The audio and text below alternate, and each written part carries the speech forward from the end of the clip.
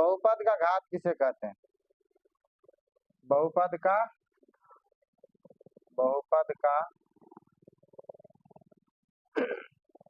घात। बहुपद के घात को अंग्रेजी में क्या कहेंगे बाबू? डिग्री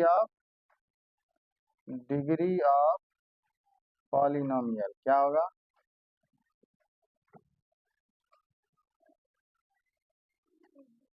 POLYNOMIAL, पॉलिनोमियल, है कि नहीं?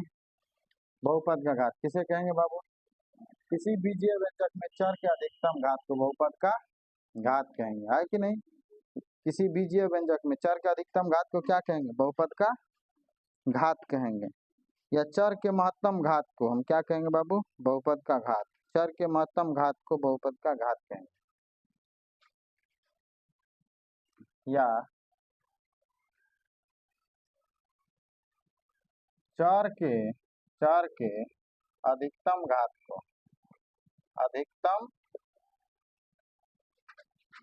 को हम क्या कहेंगे बाबू? बहुपद का घात कहेंगे। चर के अधिकतम घात को बहुपद का घात कहते हैं। चर के अधिकतम घात को क्या कहेंगे? बहुपद का घात कहेंगे। जैसे हम px बराबर बाबू ax³ प्लस bx हम लिख रहे हैं। यहाँ x का अधिकतम घात क्या है? यहाँ देखो, यहाँ 3 है, यहाँ नहीं कुछ है तो 1 है।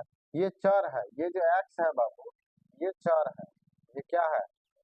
ये x क्या है? चर है। ये b बाबू अचर है। ये b क्या है? और ये a भी क्या है? अचर है कि नहीं?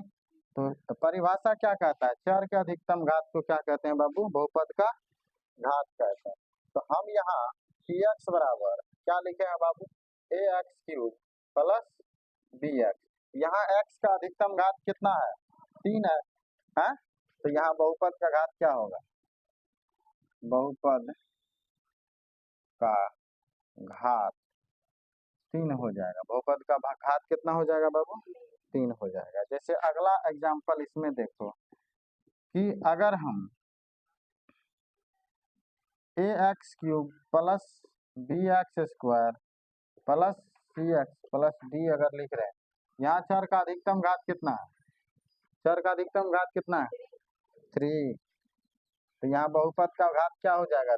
3, या डिग्री ऑफ पॉलिनोमियल। यहाँ घात क्या हो जाएगा? डिग्री क्या हो जाएगा बाबू? 3 हो जाएगा। क्या हो जाएगा? 3 हो जाएगा, है कि नहीं? कोई तकलीफ? और यहाँ एक चीज हम दिक्कत क्या होता है ना कि तुम लोग रेगुलर आएगा तब तो सब कुछ सीधा चलेगा। हम किसी को पढ़ा दिए, तुम लोग को छूटा हुआ है। अब यहाँ देखो, जैसे हम px बराबर ax³ plus bx² plus cx plus d लिख रहे हैं, है कि नहीं? ये जो बाबू प्लस चिन्ह के द्वारा अलग किया गया है ये पद कहलाएगा। ये क्या है बाबू रे? टर्म है। टर्म मीन्स क्या होता है? पद। ये भी क्या है? ये पद कहलाएगा। ये क्या कहलाएगा बाबू? ये क्या कहलाएगा? पद। ये पद है कि नहीं? किसका पद कहलाएगा? बहुपद का पद कहलाएगा। बहुपद का पद कहलाएगा। यहाँ तक कोई तकलीफ है? नहीं ना? अब फिर से देख लो, चर के अधिकतम घात को क्या कहेंगे बाबू? बहुपद का घात कहते हैं। चर कौन होता है? एक्स वाला चर है, ABCD वाला अचर है कि नहीं? ABCD कांस्टेंट होना चाहिए। ABCD क्या होता है? कांस्टेंट होता है। ABCD नहीं बदलेगा। ABCD नहीं बदलेगा, है? एक्स तब जब तक अगर ABCD शून्य हो गया, मान के चलो कि हम यहाँ कह दें कि ax³ प्लस bx बराबर, बताइए कि क्या ये बहुपद है? बहुपद तो होगा।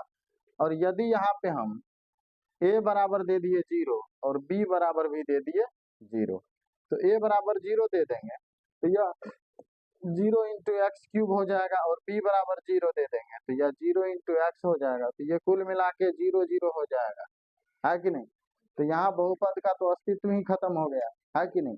तो हम जब ये पढ़ेंगे तो यहाँ देखेंगे कि यहाँ अचर पद जो है ये बाबू, ए है, बी है, आगे सी डी भी आएगा, वह क्या नहीं होना चाहिए, वह जीरो। अगर जीरो होगा तो हम इसको अगर बहुपद पढ़ रहे हैं, है कि नहीं। जैसे कोई मर जाता है, सब कुछ खाने के लिए, अपने खाने के लिए बनाते हैं, अपने स्वाद के लिए बनाते हैं, है कि नहीं। मरला आदमी खाने नहीं आता है, फिर भी उसके नाम से क्या करते हैं, चढ़ा देते हैं, कहते हैं चलो बाड़ी में थोड़ा रख दो, उसके आत्मा को ये मिल जाएगा। लेकिन ऐसा कुछ होता है, कहीं का कुकुर आके उसको खा लेता है, कुत्ता आके क्या करता है, खाता है कि नहीं। वो आदमी तो नहीं आता है, लेकिन उसके नाम से तो काम करते हैं ना, है, उसका भी कुछ ना कुछ नाम देते हैं, उसके हक के लिए भी तो कुछ ना कुछ हम रख देते हैं वहां पे, जो उसके हक के लिए बाबू रखते हैं। उसी तरह ये हो तो गया जीरो, है कि नहीं, लेकिन किसके परिवार का आदमी है, बहुपद के परिवार का आदमी है, इसीलिए हम इसको कह देंगे शून्य बहुपद। क्या कहेंगे, शून्य बहुपद। क्या कहेंगे बाबू, यानी काम तो कुछ नहीं था, लेकिन जैसे दादा के मरने पर दादा के हिस्से का कुछ चढ़ावा हम करते हैं, उसी तरह इस शून्य का इसमें कोई काम नहीं है, शून्य आने से इसका अस्तित्व खत्म हो जाता है, फिर भी इसका नाम हम दे देते हैं, कौन बहुपद है, शून्य बहुपद। कौन बहुपद है, शून्य बहुपद। ठीक है, इसको लिखो, सब लिखो।